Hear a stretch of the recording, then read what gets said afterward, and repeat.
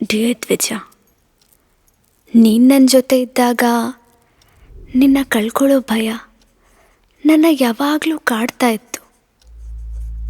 ಆದರೆ ಈಗ ನಿನ್ನ ಕಳ್ಕೊಂಡ ಮೇಲೆ ಗೊತ್ತಾಯಿತು, ನನ್ನ ಹತ್ರ ಇನ್ನೂ ಹತ್ರ ಬರೋಕ್ಕೆ ನೀನು ನನ್ನಿಂದ ದೂರ ಹೋಗಿದ್ಯಾ ಅಂತ. ಪ್ರತಿ ಕ್ಷಣ ಈ ಕಣ್ಣು ನಿನ್ನ ಹುಡುಕ್ತಾ ಇರುತ್ತೆ.